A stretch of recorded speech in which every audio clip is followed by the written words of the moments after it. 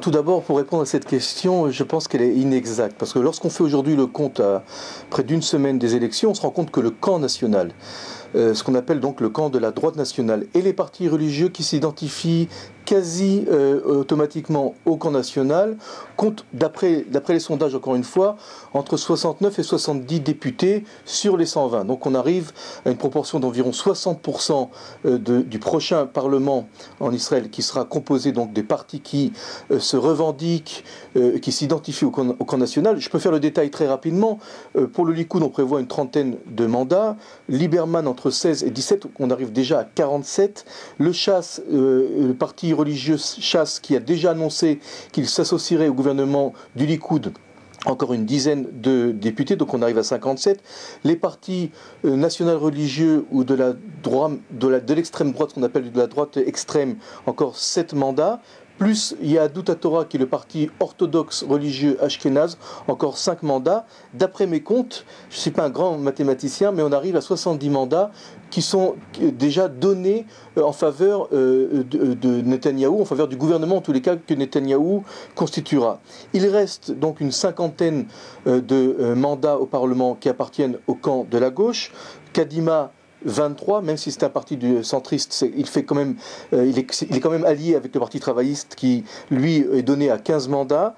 Meretz, l'extrême gauche, à 5, et les partis arabes, tous confondus, environ une dizaine de mandats. Donc vous voyez, 70 en face de 50, c'est une majorité, c'est une bonne majorité, sans compter que le parti travailliste s'associera probablement au gouvernement d'union nationale que compte former Binyamin Netanyahou. Donc on arrive ici à une majorité de 85 députés dans un prochain gouvernement contre 120. Je trouve que quand même c'est un bon score, c'est un bon résultat. Encore un point qu'il faut ajouter, c'est très important. Le parti centriste Kadima, qui n'est pas donné vainqueur de ces élections, est composé en partie d'anciens députés du Likoud et d'anciens députés du Parti travailliste. En ce qui concerne Binyamin Netanyahou et en ce qui concerne tous les membres du Parti Likoud, ces personnes qui sont passées dans le camp Kadima sont considérées comme des usurpateurs, je dirais entre guillemets pratiquement comme des traîtres à la cause nationale, et comme des falsificateurs. C'est-à-dire, je veux dire par cela que dans n'importe quelle constellation, le Likoud n'associera jamais le parti Kadima, parce que justement le parti Kadima a trahi, je dis entre guillemets évidemment, a trahi le Likoud, et c'est pour cela qu'à mon avis l'avenir du parti Kadima est incertain. Il survivra peut-être encore 4 années, mais ce parti du centre va se dissoudre progressivement, comme se sont dissous tous les partis qu'on a essayé de créer en Israël, partis centristes. Donc, il n'y a pas une grande division, il n'y a pas plus de division, pour répondre à votre question, qu'auparavant. Il y a un vote utile, c'est vrai, le Likoud, mais il y a un vote très important pour le parti Lieberman, je pense qu'on en reviendra. On reviendra là-dessus un peu plus tard. Et le camp national n'est pas au plus bas, bien au contraire, il jouit en tous les cas pour l'instant d'une bonne majorité. Encore une fois, 70 députés sur 120, ça représente environ 60% de la Knesset. 60%, c'est une bonne majorité.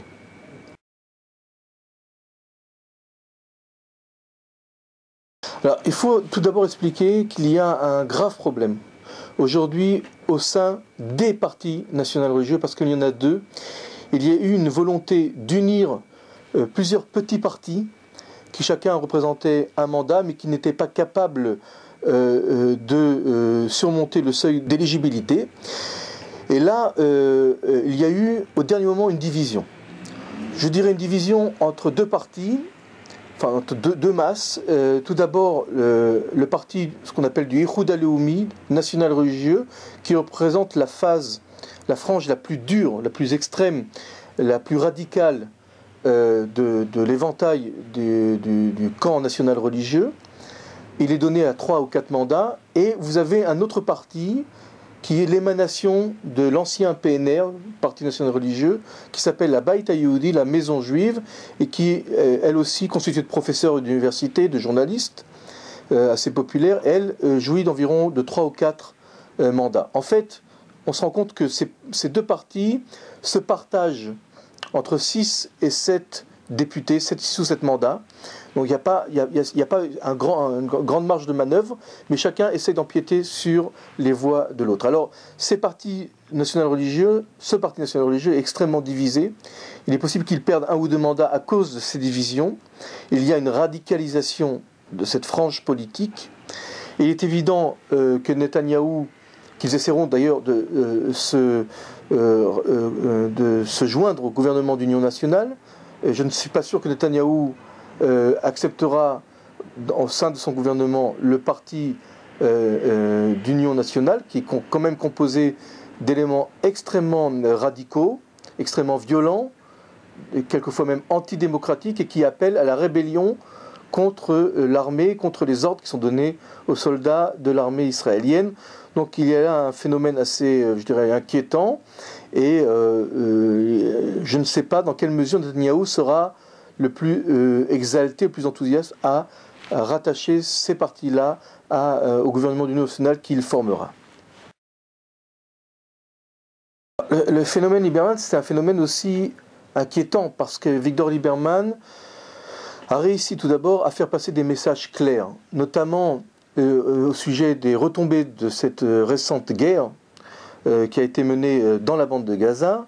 Il est évident que quelques jours après, alors que des roquettes et des missiles continuent à tomber dans le sud d'Israël et dans les grandes villes israéliennes comme Ashkelon, il s'avère que le gouvernement, et Kadima à sa tête, n'arrivent pas à tenir ses promesses et surtout à respecter les objectifs qu'ils se sont donnés au début de cette guerre.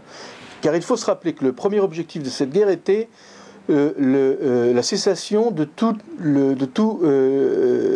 tir de roquettes et de missiles dans le sud d'Israël. Or, on se rend compte que depuis quelques jours, près de 30 missiles sont tombés, que le Hamas ou d'autres organisations islamistes continuent à vouloir envenimer la situation dans la région, et le public, le grand public, se rend compte que de compte fait, cette guerre peut s'avérer comme inutile, ou alors, je dirais, que ce travail pour les Israéliens n'a pas été fini, ne s'est pas terminé. Et pour toutes sortes de raisons, notamment l'intronisation de Barack Obama au pouvoir, en tant que président des États-Unis.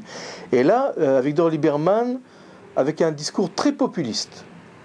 Il faut voir le côté populiste, attaque le gouvernement en place, en faisant passer comme message que tout compte fait, la situation ne change pas, on s'enlise, il y a une crise économique, il y a un public qui est exacerbé, il y a quand même 1,5 million de citoyens qui sont menacés par ces missiles-là, et Victor Lieberman plonge, je vous dirais, sur cette occasion de montrer que lui, c'est un homme fort, c'est un homme qui sait prendre des décisions, qui saura garantir la sécurité, et qui ira jusqu'au bout, et qui exige aussi une fidélité totale, absolue, des citoyens arabes israéliens à l'État d'Israël, ce qui pose évidemment un grand problème pour la population arabe de citoyenneté israélienne. Bref, il met, je dirais, le doigt sur des problèmes extrêmement sensibles, avec un discours très populiste, et sa popularité aussi demeure inquiétante parce que c'est le parti d'un seul homme, ce n'est pas un parti démocratique, on ne connaît pas du tout, mis à part le numéro 2, qui est un ancien député du Likoud, Uzi Lando, on ne connaît pas les membres qui constituent la liste d'Avigdor Lieberman, on ne sait pas qui sont ces personnes-là, c'est le parti d'un seul homme. Je ne veux pas m'avancer en disant que c'est le parti d'un chef, je ne veux pas dire le mot fasciste, mais ça y ressemble sur certains éléments. Évidemment, ce n'est pas un parti fasciste, mais ce n'est pas un parti non plus démocratique, ce n'est pas un parti où les institutions sont élues par les membres de ce parti. Donc c'est inquiétant, parce que cette popularité, en fait, démontre un mécontentement, un profond mécontentement de la part de beaucoup de citoyens israéliens qui ne croient plus dans la parole des hommes politiques, dans la promesse des hommes politiques, qui ne croient plus à la politique israélienne. C'est en fait le parti du désenchantement, et dans cela, ça demeure inquiétant, parce que on sait, dans les régimes où la population ne croit plus dans ces partis politiques, dans ces institutions politiques, on sait dans quelle dérive cela peut mener un pays.